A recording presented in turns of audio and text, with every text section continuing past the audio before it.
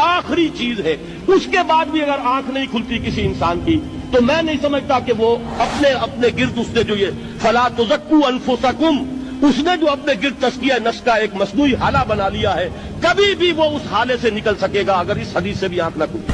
اور وہ حدیث کیا ہے؟ اللہ نے حکم دیا حضرت جبرائیل کو فلاں بستیوں کو الٹ دو اس کے رہنے والوں سمیت، کہ حضرت جبرائیل عرض کرتے ہیں کہ اللہ فلاں بستی کو الٹ دوں، اس میں تو تیرا فلاں بندہ بھی ہے جس نے پلک جھپکنے جتنی دیر بھی معصیت میں بسر نہیں کی۔ لیکن حکم کیا ہوا بارگاہ خداوندی سے؟ قال فقال، حضور نے فرمایا اللہ تعالیٰ نے حکم دیا جبرائیل کو اقلب علیہ وعلیہ، الٹو اس بستی کو، پہلے اس بدبخت پر پھر دوسروں پر۔ کیوں؟